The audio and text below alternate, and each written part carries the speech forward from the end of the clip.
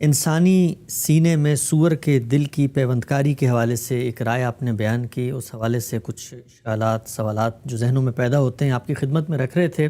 بحث کو آج میں آگے بڑھاتا ہوں، تیسرا حصہ ہے اس گفتگو کا۔ یہ بیان فرمائیے گا کہ آپ نے کھانے پینے کے ایک نتیجے کی مماثلت کو اس بات سے تشبیہ دی جو انسانی سینے کے اندر سور کا دل لگایا جاتا ہے کہ جو کچھ کھانے پینے سے ہونا تھا وہی کچھ تو اعضاء کو لگانے سے بھی ہو رہا ہے، تو اس کو آپ بالکل نارمل بات ہنی امبریہ نہ سمجھیں بلکہ صرف استقرار ہی میں ہونا چاہیے۔ سوال میں آپ سے پوچھنا چاہتا ہوں آج کہ ایک عالم کس علمی ذہنی سفر سے گزرتا ہے علت کو دریافت کرنے میں، عقلی اقتضاءات کو پیدا کرنے میں، اسی طریقے سے کسی مماثل صورتحال پہ حکم کا اطلاق کرنے میں، چونکہ ظاہری طور پہ تو قرآن مجید نے کہا ہے کہ بھئی کھانا نہیں ہے۔ اب عقل یہ کہتی ہے کہ کھانے پینے کا کام منہ سے ہو رہا ہوتا ہے تو سمجھیں اس پر پابندی ہے، لیکن آپ نے اس سے آگے بڑھ کر ایک حقیقت کو دریافت کیا۔ جاننا میں آپ سے چاہتا ہوں وہ آپ کا اپنا سفر کیا ہے، کیسے آپ اس رستے پر پہنچتے ہیں اور کیسے آپ نے مماثلت جو ہے تلاش کی، زبان و بیان کے اصولوں کے مطابق، اور یہ عقلی اقتضاءات ہوتے کیا ہیں؟ سب سے پہلے یہ سمجھنا چاہیے کہ اللہ کی کتاب ہو، رسالت باب صلی اللہ علیہ وسلم کی ہدایات ہوں۔ ہمارے پاس وہ دو ہی صورتوں میں ہے، ایک یہ کہ الفاظ میں اللہ نے اپنی بات بیان کر دی، پیغمبر صلی اللہ علیہ وسلم نے اپنا علم الفاظ میں بیان کیا، راویوں نے ہم تک پہنچا دیا۔ دوسرے وہ عمل جو صحابہ کے ذریعے سے جاری کر دیا گیا اور اجماع اور تواتر سے منتقل ہو رہا ہے۔ ٹھیک، یہ دو ہی ذرائع ہیں۔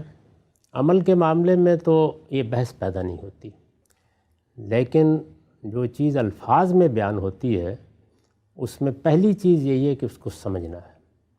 ہمارے ہاں یہ بات بالکل طے ہے کہ جب آپ اللہ کی کتاب کو سمجھتے ہیں یا اللہ تعالیٰ کے پیغمبر کی کسی بات کو سمجھتے ہیں تو کلام کو سمجھنے کے لیے جو مسلمات ہیں ان کی ادنیٰ درجے میں بھی خلاف ورزی نہیں کی جائے گی۔ ٹھیک، اس میں نہ کسی منطق کو دخل دینے دیا جائے گا، نہ کوئی عقلی مقتضیات وہاں زیر بحث آئیں گے۔ فہم کا جہاں تک تعلق ہے اس میں تو بس زبان کے قواعد ہی زیر بحث ہوں گے۔ یہ دیکھا جائے گا کہ جو لفظ استعمال ہوا ہے اس کے کیا کیا معنی ہو سکتے ہیں، اور وہ معنی اس علم کی روشنی میں طے کیے جائیں گے جو ہم تک زبان کا منتقل ہوا ہے۔ اس میں کئی مرتبہ یہ عرض کیا جا چکا ہے کہ اس کا ایک بڑا ماخذ خود قرآن مجید ہے۔ رسالت مآب صلی اللہ علیہ وسلم کی روایات میں بھی جو روایت بالمعنی کے طریقے پر چیزیں نہیں آئیں وہ بھی ایک بڑا ماخذ ہے، کلام عرب ہے۔ پھر یہ کہ اہل علم نے ایک زندہ زبان کے طریقے پر اس علم کو منتقل کیا ہے، اور یہ بھی سارا کا سارا ایک بڑے تھوڑے حصے کو چھوڑ کر متواتر ہے جو ہمارے ہاں لغت میں ثبت ہو چکا ہے۔ ٹھیک، تو لفظ کے معنی کیا ہے؟ پھر یہ کہ جو تالیف اس سے وجود میں آتی ہے، جس سے جملہ بنتا ہے، اس کو دیکھیں گے کہ وہ تالیف اس لفظ کو اب کیا مفہوم دے رہی ہے، کیونکہ جیسے ہی ایک لفظ تالیف کا حصہ بنتا ہے، جملے کا حصہ بنتا ہے سادہ لفظوں میں، تو اس میں تجرید ہوتی ہے، اس کے 10 معنی ہیں، ہو سکتا ہے اب 2 کے لیے رہ جائے، 3 کے لیے رہ جائے، 4 کے لیے رہ جائے۔ پھر اس کے بعد اس کا سیاق کیا ہے، سباق کیا ہے۔ تو ان چیزوں سے گزر کر، تینوں مراحل سے گزرنے کے بعد جو مدعا طے ہوگا اس میں ہم متکلم کا منشا متعین کر دیں گے۔ یہی ہمارے یہاں طریقہ ہے، اس میں کسی اور چیز کی کوئی اہمیت نہیں۔ تعلیف سے مراد جملے کی کمپوزیشن یعنی جملہ کس طرح سے بنایا گیا، ظاہر ہے کہ وہ جملہ اسمیہ ہے، خبریہ ہے، انشائیہ ہے، اس میں کیا مدعا پیش نظر ہے جس کو متکلم نے سامنے رکھ کر اس جملے کو ہم تک پہنچایا ہے۔ تو یہ ہر کلام میں ہوتا ہے۔ یہ جو میں نے باتیں آپ کی خدمت میں عرض کی، یہ کوئی قرآن کے ساتھ خاص نہیں ہے یا حدیث کے ساتھ خاص نہیں ہے، دنیا میں جو کلام بھی ہوگا اسی طریقے سے سمجھا جائے گا۔ اس میں کوئی معمولی انحراف بھی ہمارے ہاں برداشت نہیں کیا جاتا۔ یہ الگ بات ہے کہ کسی جگہ غلطی ہو جائے تو وہ تو اہل علم توجہ دلاتے رہتے ہیں، اور اچھے اہل علم خود بھی تنقید کرتے رہتے ہیں، اپنی چیزوں کو ریویو کرتے رہتے ہیں، دوبارہ دیکھتے رہتے ہیں، غلطیاں واضح ہوتی رہتی ہیں، اس لیے کہ ہم انسانوں کا فہم وہ صحیح بھی ہوتا ہے، غلط بھی ہوتا ہے۔ یہ بھی میں کئی مرتبہ عرض کر چکا ہوں کہ اس کی بڑی وجہ کیا ہوتی ہے، یا قلت علم یا قلت تدبر۔ کہیں علم میں کمی ہوگی یا تدبر میں، غور و خوض کرنے میں کمی رہ جائے گی تو غلطیاں بھی ہوتی ہیں۔ تاہم طریقہ یہی ہوگا، اس طریقے سے انحراف نہیں کیا جاتا۔ اسی باب میں نے یہ بات عرض کی تھی کہ میں اس چیز کو کسی حال میں بھی پسند نہیں کروں گا، کسی حال میں بھی گوارا نہیں کروں گا کہ قرآن مجید کی بات اس اصول پر سامنے آ رہی ہو، اس طریقے سے واضح ہو رہی ہو، اس کے الفاظ اس کی شہادت دے رہے ہوں، اور دنیا کے کسی بھی علم کو سامنے رکھ کر میں اس کی تعویل کروں۔ اچھا، میں نے عرض کیا تھا کہ اس معاملے میں میں اس کو پسند کروں گا کہ اس طرح کی تعویل کرنے کی بجائے میں زمین کے پیٹ میں جاؤں۔ کوئی مثال اس کی دیں، کیا مطلب اس کی؟ یعنی ایک بات بالکل واضح ہو گئی، طے ہو گئی، قرآن مجید نے بیان کر دیا، الفاظ کی حد تک وہی بات ہے، اب آپ کو جو کچھ معلومات حاصل ہیں ان میں کوئی چیز اس سے متصادم ہو رہی ہے۔ میں نے آپ کو یاد ہوگا کہ اپنے جلیل القدر استاذ کے بارے میں ان کی وفات پر جو مضمون لکھا ہے تو اس میں یہ واقعہ بھی بیان کیا ہے کہ جس وقت وہ سورہ رحمان کی تفسیر کر رہے تھے تو وہ مقام آ گیا جس میں موتیوں کے بارے میں یہ کہا گیا ہے کہ یخرج منہم اللؤلؤ والمرجان، کہ وہ کھاری پانی سے بھی نکلتے ہیں اور وہ میٹھے پانی سے بھی نکلتے ہیں۔ قرآن کا بیان ہے۔ چونکہ ہمارے مفسرین عام طور پر یہ بیان کر چکے تھے اور تفسیروں میں اکثر لکھا ہوا ہے کہ موتی صرف میٹھے پانی سے، موتی صرف کھاری پانی سے نکلتے ہیں، میٹھے پانی سے موتی نہیں نکلتے۔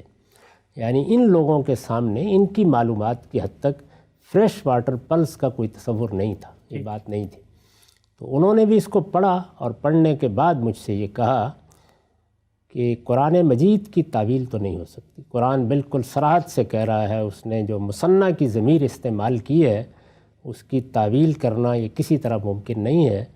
اس لیے بہرحال دیکھ لیں کیا ان لوگوں کی بات صحیح ہے یا غلط ہے، لیکن غلط ہو یا صحیح، اب موتی بھی میرے سامنے آ کر اگر یہ کہیں کہ ہم صرف کھاری پانی سے نکلتے ہیں تو میں ان کی بات ماننے سے انکار کر دوں گا کہ تمہیں غلطی لگی ہے۔ اللہ کی کتاب میں کوئی غلطی نہیں ہو سکتی۔ تو اس لیے اسی عزم کے ساتھ، اسی ارادے کے ساتھ ہم نے قرآن کو پڑھا بھی ہے، سیکھا بھی ہے اور اس پر کام بھی کرتے ہیں۔ تو اس کا تو کوئی سوال ہی نہیں ہے، یہی اصول ہوں گے، یعنی لفظ کو دیکھا جائے گا، اس کے معنی کیا ہے، اہل عرب اس کو کن معنی میں استعمال کرتے ہیں، ان معنی کے جو ماخذ طے ہیں پہلے سے جن کی طرف میں نے اشارہ کیا انہی کی مراجعت کی جائے گی، اس میں کسی منطق کو، کسی چیز کو دخل انداز نہیں ہونے دیا جائے گا، اس کو جملے کی تعلیف میں رکھ کر عربی زبان کے معروف قواعد کے مطابق سمجھا جائے گا، سیاق سباق کی روشنی میں اس کی تجرید بھی ہوگی، تقیید بھی ہوگی، تخصیص بھی ہوگی، وہ اللہ کی کتاب ہی کرے گی، ہر جگہ یہی اصول ہوگا۔ اب اس کے بعد آگے بڑھیے، آگے بڑھ کر یہ ہے کہ قرآن مجید جب احکام دیتا ہے، یعنی ایک تو یہ ہے نا کہ قرآن مجید میں انذار ہے، قرآن مجید میں واقعات ہیں، قرآن مجید میں اللہ کی تنبیہات ہیں، جب وہ احکام دیتا ہے تو احکام جب ہماری زندگی سے متعلق ہوتے ہیں تو اس میں ہر جگہ یہ بات بالکل واضح ہے کہ یہ بتاتا ہے کہ حکم کی وجہ کیا ہے، حکم کس چیز پر مبنی ہے، وہ جو حکم دیا جا رہا ہے اس کی حقیقت کیا ہے، کیوں دیا گیا ہے تمہیں، یہ بتاتا ہے۔ بتانے کی کئی صورتیں ہوتی ہیں، لفظوں میں بتا دیتا ہے، احکام کا استقراء کرتے ہیں تو بالکل واضح ہو کے سامنے آ جاتا ہے۔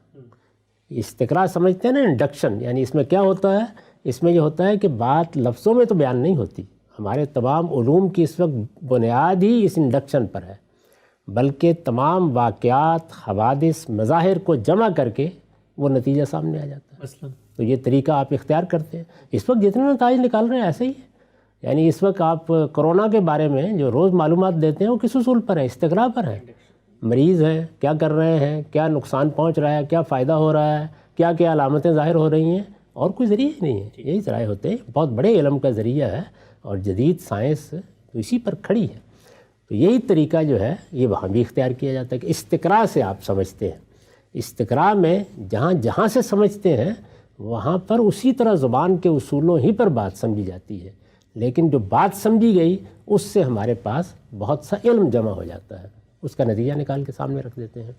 تو یہ بھی ہوتا ہے بعض اوقات یہ ہوتا ہے کہ قرآن مجید علت تو بیان کر دیتا ہے، یعنی سبب بیان کر دیتا ہے، یہ بتا دیتا ہے کہ حکم کیوں دیا گیا ہے، لیکن اس میں ایسے اجمال کا طریقہ اختیار کرتا ہے کہ اس کے اطلاق کو پھر ہم پر چھوڑ دیتا ہے، اپلیکیشن کو چھوڑ دیتا ہے۔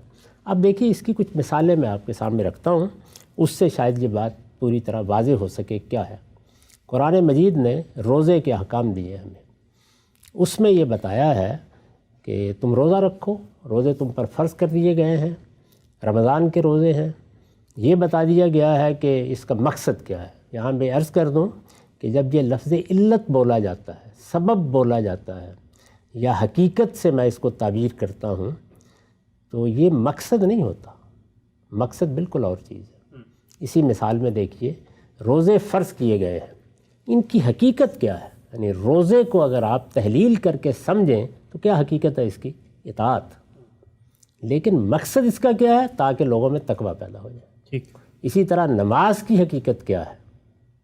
پرستش، اللہ کی بندگی کا اعتراف کر کے اپنا سر اس کے سامنے رکھ دے رہا ہے، یہ اس کی حقیقت ہے۔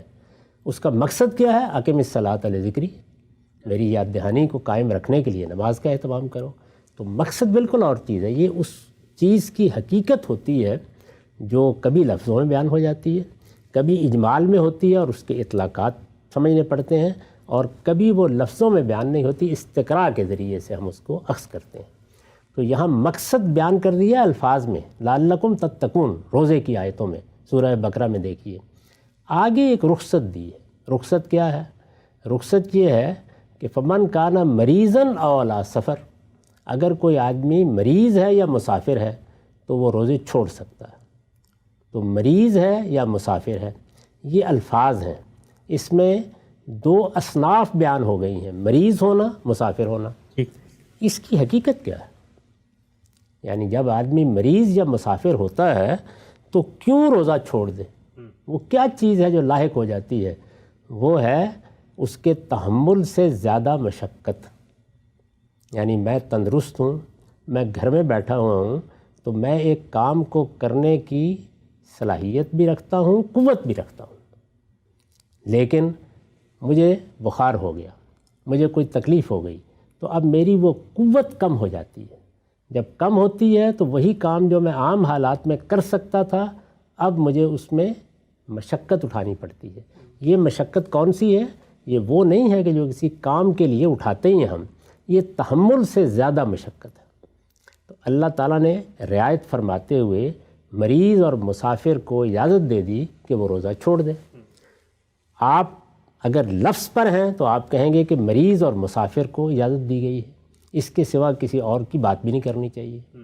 لیکن قرآن مجید نے ہم کو یہ سبق دیا ہے کہ اس طرح کے مواقع کے اوپر معاملہ ایسے نہیں دیکھا جاتا، بلکہ آپ حقیقت کو دریافت کرتے ہیں۔ تو جو حکم دیا گیا ہے، جو رخصت دی گئی ہے، اس کی حقیقت ہم دریافت کریں گے۔ وہ حقیقت ہے تحمل سے زیادہ مشقت۔ اب اس کا اطلاق بہت سی جگہوں پر ہوگا۔ مثال کے طور پر ہمارے فقہا نے کیا، انہوں نے کہا کہ جو ماں اپنے بچے کو دودھ پلا رہی ہوتی ہے، مرضعہ، کیا وہ مسافر ہے؟ نہیں ہے نا۔ کیا وہ مریضہ ہے؟ نہیں ہے۔ انہوں نے کہا وہ مشقت جو مریض اور مسافر کو لاحق ہو سکتی تھی، وہ اس کو بھی لاحق ہو جاتی ہے، اس لیے کہ یہ بچے کو دودھ پلا رہی ہے۔ اچھا، یہی صورت حاملہ کے بارے میں۔ اس کے بعد دیکھیے، ایک آدمی بوڑھا ہو گیا ہے، پیر فانی ہے، عمر کے اس حصے میں پہنچ گیا ہے، تحمل نہیں رہا، نہ مریض ہے نہ مسافر ہے، تو کیا کیا؟ یعنی انہوں نے جو بات لفظوں میں بیان ہوئی تھی وہ لفظوں ہی میں رہی، اس کو سمجھ لیا، لیکن اس کی حقیقت دریافت کی۔ اس کو کہتے ہیں الاحکام بالعلل۔ یعنی ہر جگہ جہاں حکم دیا جائے گا اس کو ہم جاننے کی صحیح کریں گے کہ اس کے اندر وہ کیا چیز ہے جس کی حیثیت حقیقت کی ہے۔ مقصد میں نے عرض کیا اور چیز ہے، حکمت بالکل اور چیز ہے۔ وہ کیا چیز ہے کہ جس پر حکم مبنی ہے، تو وہ گویا بالکل ایک قطعی چیز ہوتی ہے جس کو آپ دریافت کرتے ہیں۔ اس میں کوئی اختلاف بھی ہو سکتا ہے، وہ اختلاف تو کسی لفظ کے معنی سمجھنے میں بھی ہو جاتا ہے، لیکن اس کو دریافت کرنا ضروری ہے، لازم ہے۔ جب یہ دریافت ہم کر لیتے ہیں تو اس کے بعد ہم کو حق حاصل ہو جاتا ہے کہ وہ حقیقت کسی دوسری جگہ پائی جائے تو وہاں حکم کا اطلاق کر دیں، اور اگر نہ پائی جائے تو وہاں استثناء دے دیں۔ ایسا ہی ہوگا نا۔ تو یہ پوری بات آپ اس آیت کی روشنی میں سمجھ سکتے ہیں۔ ٹھیک، یہ کیوں لازم ہو جاتا ہے؟ آپ دیکھیے، ایک بڑا مشہور مسئلہ ہے، اس پر لوگ بات بھی کرتے رہے پچھلے دنوں، عورتوں کی عدت کا ہے۔ اللہ تعالیٰ نے وہ عدت مطلقہ کے لیے بھی مقرر کی ہے، وہ بیوہ کے لیے بھی مقرر کی ہے۔ اس عدت کے کوئی فوائد بھی بیان کیے ہیں۔ مثلا سورہ طلاق میں یہ بتایا ہے کہ اگر عدت کے لحاظ سے طلاق دو گے تو پھر گھر سے نہ نکالو، گھر سے نہیں نکالو گے تو کچھ تعلق پیدا ہونے کے مواقع ہوں گے، کیا بعید ہے کہ اللہ تعالیٰ دل موڑ دے، دل پھیر دے اور ایک اجڑتا ہوا گھر بچ جائے۔ لعل اللہ یحدث بعد ذلک امرا، یہ بیان کیا ہے، لیکن آپ غور کر کے دیکھیں تو یہ سب فوائد ہے، یہ اصل حقیقت نہیں ہے۔ اصل حقیقت لفظوں میں کسی جگہ بیان نہیں ہوئی، لیکن جب آپ استقراء کرتے ہیں تو بالکل واضح ہو جاتی ہے۔ مثال کے طور پر دیکھیے، اسی جگہ آگے بیان کر دیا گیا ہے کہ جب تم طلاق دیتے ہو تو عدت گزارنی ہے، عدت لازم ہو گئی، لیکن کہا ہے کہ اگر حاملہ ہے تو اب عدت وضع حمل تک ہوگی۔ مثال کے طور پر 5 دن کے بعد طلاق دینے کے بعد وضع حمل ہو گیا، فرمایا عدت ختم ہو جائے گی۔ اس کا مطلب وہ جو اندر تھا اس سے کوئی علت متعلق ہے۔ اچھا، دوسری جگہ سورہ بقرہ میں یہ بتایا کہ جس وقت تم لوگوں کو طلاق کا فیصلہ کرنا ہے تو تم نے اپنی ذمہ داریاں پوری کرنی ہے، لیکن عورتوں پر لازم ہے کہ وہ عدت گزارے اور اس دوران میں جو کچھ ان کے پیٹ میں ہے اسے چھپائے نہیں۔ تو بتا دیا کہ اصل میں بچہ مسئلہ بن رہا ہے کہ اس کے بارے میں کوئی شبہ نہ پیدا ہو جائے، کوئی اس طرح کی چیز نہ پیدا ہو جائے۔ اس سے آگے بڑھیے، سورہ احزاب میں جا کے جب سیدہ زینب کا معاملہ زیر بحث آیا اور اس میں اللہ تعالیٰ نے فیصلہ کر دیا عدت کے بغیر ہی کہ نکاح ہو رہا ہے، تو اس میں سوال پیدا ہوا، تو جواب دیا کہ اگر شوہر کی ملاقات نہیں ہوئی ہے تو کوئی عدت نہیں۔ درا حالے کہ ملاقات نہیں ہوئی ہے تو پھر تو زیادہ ضرورت تھی نا اس بات کی کہ موافقت پیدا ہو، فوائد کے پہلو کو آپ زیادہ وہاں پائیں گے۔ اسی طرح حاملہ عورت ہے تو زیادہ امکان ہے اس کا کہ گھر میں رہے گی، زیادہ وقت گزارے گی، تو اس کے نتیجے میں بچہ بھی ہونے والا ہے، ممکن ہے شوہر کے حالات بدل جائیں۔ لیکن اللہ تعالیٰ نے ان تمام احکام میں یہ بات بالکل واضح کر دی کہ عدت اصلاً کس چیز پر مبنی ہے؟ استبراء رحم، یعنی بچے کا معاملہ واضح ہو جانا چاہیے۔ تو اب یہ آپ نے متعین کر لیا۔ اس کے نتیجے میں ہم نے بھی یہ رائے دی کہ اگر جدید طریقوں سے یہ چیز متعین ہو جائے اور دونوں میاں بیوی راضی ہوں کہ فیصلہ کر لینا ہے تو پھر یہ فیصلہ کیا جا سکتا ہے کہ عدت پہلے ختم کر دی جائے۔ یہ ساری بات کس چیز پر مبنی ہے؟ اسی اصول پر مبنی ہے۔ تو یہاں ہم نے کیا کیا؟ یہاں کسی لفظ کے معنی نہیں تبدیل ہوئے، وہ تو ویسے ہی ہیں، لیکن ان تمام احکام کا استقراء کر کے یہ بتا دیا ہے کہ اصل علت کیا ہے۔ تو علت کس کو کہتے ہیں؟ جس بنیاد پر حکم قائم ہے، جو اس کی حقیقت ہے، اس کو بالکل منضبط طریقے سے آپ متعین کر کے بتا دیں۔ یہ دنیا میں ہر علم میں کام کرنا ہوتا ہے۔ یہ ہمارے ہاں جو آئین اور قانون بنتے ہیں ان میں بھی ہماری جو عدالتیں یہی کرتی ہیں، کبھی اس کو آئین کی روح کے نام پر، کبھی اس کے بنیادی ڈھانچے کے نام پر، کبھی اور چیزوں کے نام پر یہ کام کیا جاتا ہے کہ جو الفاظ لکھے گئے ہیں ان کا جو مدعا سمجھ میں آیا وہ کس حقیقت پر مبنی ہے۔ تو اس کی مثالیں آپ کو دین کے تمام احکام میں ملتی ہیں۔ رسول اللہ نے بھی کیا، رسول اللہ بھی کریں گے، کیوں نہیں کریں گے؟ یعنی رسالت میں آپ صلی اللہ علیہ وسلم بھی سب سے پہلے یہ متعین کریں گے، فقیہ بھی کرتے ہیں ہمارے فقہا۔ میں نے ابھی آپ کو مثال دی کہ وہ کیا اصول ہے جس کے تحت ایک دودھ پلانے والی عورت کو رخصت دی ہے، کیا اصول ہے جس کی بنیاد پر ایک حاملہ کو رخصت دی ہے، کیا اصول ہے جس کی بنیاد پر بوڑھے آدمی کو رخصت دی ہے۔ وہ مریض اور مسافر تو نہیں ہے۔ تو اس میں یہ ہے کہ جو بات الفاظ میں بیان ہوئی ہے اس کی حقیقت کو سمجھا گیا ہے، اور حقیقت کو سمجھ کر حکم کا اس پر اطلاق کیا گیا ہے، اور آپ دیکھیے اس کے بعد نئی صورتیں اس میں شامل کر دی گئی ہیں۔ تو اس سے یہ بات واضح ہوتی ہے کہ اللہ تعالیٰ نے اپنی کتاب میں یہ طریقہ اختیار نہیں کیا کہ وہ ہر چیز کو قانونی ضابطوں میں بیان کرے۔ اس کا نتیجہ یہ نکلتا کہ کتاب کی بلاغت وہ نہ رہتی جو اس وقت ہے، شان وہ نہ رہتی، حسن کلام وہ نہ رہتا، اس کا جمالیاتی احساس ختم ہو جاتا۔ تو طریقہ یہ اختیار کیا گیا ہے کہ اس میں موزوں ترین الفاظ میں وہ بات جتنی بیان کرنی ہے وہ کر دی جاتی ہے، اور اس کے بعد جب حکم اس حکمت سے یا اس علت سے یا اس مقصد سے متعلق ہوتا ہے تو اس کو چھوڑ دیا جاتا ہے۔ تو مقصد اور حکمت یہ کسی حکم کی بنیاد نہیں ہوتے، لیکن وہ علت یا حقیقت اس کی بنیاد ہوتی ہے۔ اس بنیاد پر ایک فقیہ آتا ہے، ایک عالم آتا ہے، اللہ تعالیٰ کے دین کا فہم رکھنے والا آتا ہے، پھر وہ آپ کو بتاتا ہے کہ اس کے نیچے اصلاً یہ چیز ہے۔ تو یہ چیز ہے جس کو سامنے رکھ کر آپ حکم کی توسیع بھی کرتے ہیں اور اس میں استثناء بھی دیتے ہیں۔ تو دو چیزیں، توسیع بھی کرتے ہیں اور استثناء بھی دیتے ہیں۔ یعنی یہاں دیکھیے نا، ہم نے توسیع کر دی، کہا گیا تھا کہ مریض اور مسافر، توسیع کر کے بعض اور کو بھی شامل کر دیا، ہو سکتا ہے آج کے زمانے میں مشقت کی بعض دوسری صورتیں سامنے آئیں تو ان کو بھی شامل کر دیں۔ رسالت مآب صلی اللہ علیہ وسلم نے قرآن مجید نے جہاں محرمات کو بیان کیا ہے وہاں دیکھیے وہ مثال ہے اس بات کی کہ علت لفظوں میں بیان ہوئی ہے۔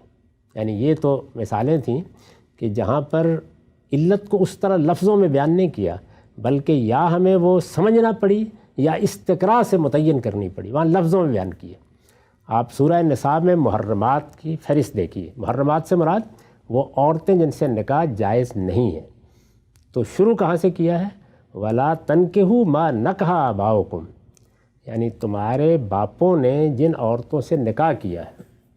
دلچسپ بات ہے، ماں سے نہیں شروع کیا بلکہ ایک کمزور رشتہ جو ماں بن جاتا ہے۔ باپ نے نکاح کیا ہے، میں اس کے پیٹ سے پیدا نہیں ہوا اس خاتون کے، وہ میری اس طرح ماں نہیں ہے۔ فرمایا کہ جن مردوں نے عورتوں سے نکاح کیا اور تم ان کے بیٹے ہو، یعنی تمہارے باپوں نے ان سے نکاح کیا، اب تم ان سے نکاح نہیں کر سکتے۔ علت کو لفظوں میں بیان کیا، انہو کان فاحشۃ و مقتا و ساء سبیلا، یعنی یہ کیا ہے؟ یہ فاحشہ ہے، یہ اللہ کی نافرمانی ہے، یہ بڑا ہی برا راستہ ہے، تو یہ بیان کر دیا آگے۔ تو فاحشہ اس کی علت ہے۔ اس کو سامنے رکھ کر رسالت مآب صلی اللہ علیہ وسلم نے لفظ کے اطلاقات میں توسیع فرمائی۔ اسی مقام پر بالکل آخر میں جب آپ جاتے ہیں تو وہاں بیان کیا ہے کہ دو بہنوں کو ایک نکاح میں جمع نہیں کرنا۔ حضور نے یہ کہا کہ دو بہنوں کو ایک نکاح میں جمع کرنے سے جو فاحشہ پیدا ہوتی ہے تو بہت کمزور وہ یہاں آ کے، لیکن جو پیدا ہوتی ہے وہی اگر بھانجی کو اور خالہ کو ایک نکاح میں جمع کر دیا جائے اور پھوپھی کو اور بھتیجی کو ایک نکاح میں جمع کر دیا تو وہاں بھی پیدا ہو جاتی ہے۔ تو آپ نے اس کی توسیع کر دی۔ کیا فاحشہ پیدا ہوتی ہے ہم سے؟ یعنی فاحشہ تو یہ ہے نا کہ ایک تعلق جو اپنے اندر ایک رشتے کی تقدیس رکھتا ہے اس میں جنس کو نہیں آنا چاہیے۔ تو فرمایا کہ دو بہنوں کو ایک نکاح میں جمع کرنے سے جو چیز پیدا ہو رہی ہے وہی وہاں بھی پیدا ہو جاتی ہے۔ حالانکہ الفاظ میں بیان نہیں، الفاظ میں بیان نہیں ہوئی۔ میں نے اس پر بڑی تفصیل کے ساتھ اپنی کتاب میزان میں بھی اور البیان میں بھی گفتگو کی ہے۔ دوسری دیکھیے وہاں پر کس خوبی کے ساتھ توسیع فرمائی ہے۔ اللہ تعالیٰ نے یہ کہا کہ وہ عورتیں جن سے تم دودھ پیتے ہو وہ تمہاری مائیں بن گئیں۔ بات یہاں رہ جاتی تو بس رہ گئی، اتنی بات کافی تھی، اس میں کوئی عقلی سوال نہیں پیدا ہوتا تھا۔ یعنی اتنی بات کہہ دی کہ تمہاری رضائی مائیں تمہارے لیے حرام ہیں۔ قرآن نے کہا کہ رضائی مائیں ہی نہیں، وَأَخْوَاتُكُم مِّنَ الرَّضَاعَ، وہ جو بچی تمہارے ساتھ اس عورت کا دودھ پی رہی تھی وہ تمہاری بہن بن گئی ہے۔ تو اب کیا ہوا؟ اب یہ ہے کہ براہ راست تعلق کی بجائے بالواسطہ تعلق کو بھی حرمت کی بنیاد بنا دیا۔ تو حقیقت کیا ہوئی؟ یعنی رضاعت کا تعلق براہ راست ہو یا بالواسطہ حرمت کا باعث ہے۔ تو حضور نے فرمایا، قرآن نے دو ہی چیزیں بیان کی ہیں، حضور نے فرمایا سب رشتے حرام ہو گئے، رضاعت کی بنیاد پر سب رشتے حرام ہو گئے۔ تو یہ اصل میں پہلے علت کی تعین کیسے ہوتی ہے، یعنی وہ کسی چیز کی حکم کی بنیاد اس کی حقیقت کو دریافت کرنے کا عمل ہے۔ اس کے بعد کیا ہے؟ اس کے بعد یہ ہے کہ جب وہ آپ دریافت کر لیتے ہیں تو وہ پھر ایک عقلی اصول بن جاتا ہے۔ جب وہ عقلی اصول بنتا ہے تو اب زبان کی بحث نہیں ہوتی، اب یہ بحث ہوتی ہے کہ عقل کا تقاضا کیا ہے یہاں۔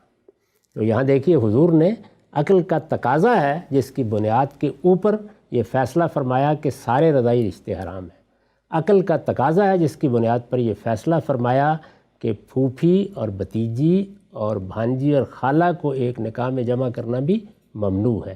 اسی طرح عقلی تقاضے ہیں جن کو سامنے رکھ کر ہمارے فقہا نے وہ فیصلے کیے کہ مرضعہ کے لیے بھی روزے کی رخصت ہے، اسی طریقے سے حاملہ کے لیے بھی روزے کی رخصت ہے۔ یہ سب چیزیں کس اصول پر ہیں؟ اسی پر۔ اب ان کو سامنے رکھ کر یہ جو قاعدے اصول میں نے آپ سے عرض کیے، اگر ان میں کوئی سوال ہو تو ضرور کریں۔ ان کو سامنے رکھ کر میں اب آپ کو بتاؤں گا یہ کہ پھر جو آیت زیر بحث ہے جس میں کھانے پینے کی حرمتیں بیان ہوئی ہیں، اس میں علت بیان کیسے ہوئی ہے، اس کی تعین کیسے ہوتی ہے، اس سے کیا عقلی تقاضے پیدا ہو جاتے ہیں۔ خان صاحب، انسانی جسم میں سور کے دل کی پیوندکاری پہ جو آپ نے رائے دی تھی، اس پر آپ کا اپنا ذہنی سفر کیا ہے؟ آپ کیسے پہنچتے ہیں آراء تک؟ دین کو سمجھنے کی حکمتیں اور فہم دین کے جو اصول آپ بیان فرما رہے ہیں، بہت دلچسپ بحث ہے، اور سچی بات یہ ہے کہ مسئلہ تو ایک اطلاقی نوعیت کا تھا، ہم جائز ناجائز سے ہٹ کے وہ دین کا پورا فریم ورک آپ سے سمجھنا چاہتے ہیں کہ جس سے کسی درست نتیجے تک ہم پہنچ سکتے ہیں۔ وہ سوالات جو سور کے حوالے سے بہت سارے موصول ہوئے ہیں ان کو ہم زیر بحث لائیں گے اپنے مقام پر، لیکن میں چاہوں گا کہ اگر یہ 10 نشستوں میں بھی سفر جاری رہتا ہے تو اس کو جاری رکھیں اور آپ سے سمجھیں کہ دین پر غور و فکر کرنے کے اصول کیا ہیں۔ اسی مثال کی روشنی میں سلسلے کو انشاءاللہ آئندہ آگے بڑھائیں گے۔ وقت یہاں پہ ختم ہوتا ہے، اب تک آپ کے وقت کا بہت شکریہ۔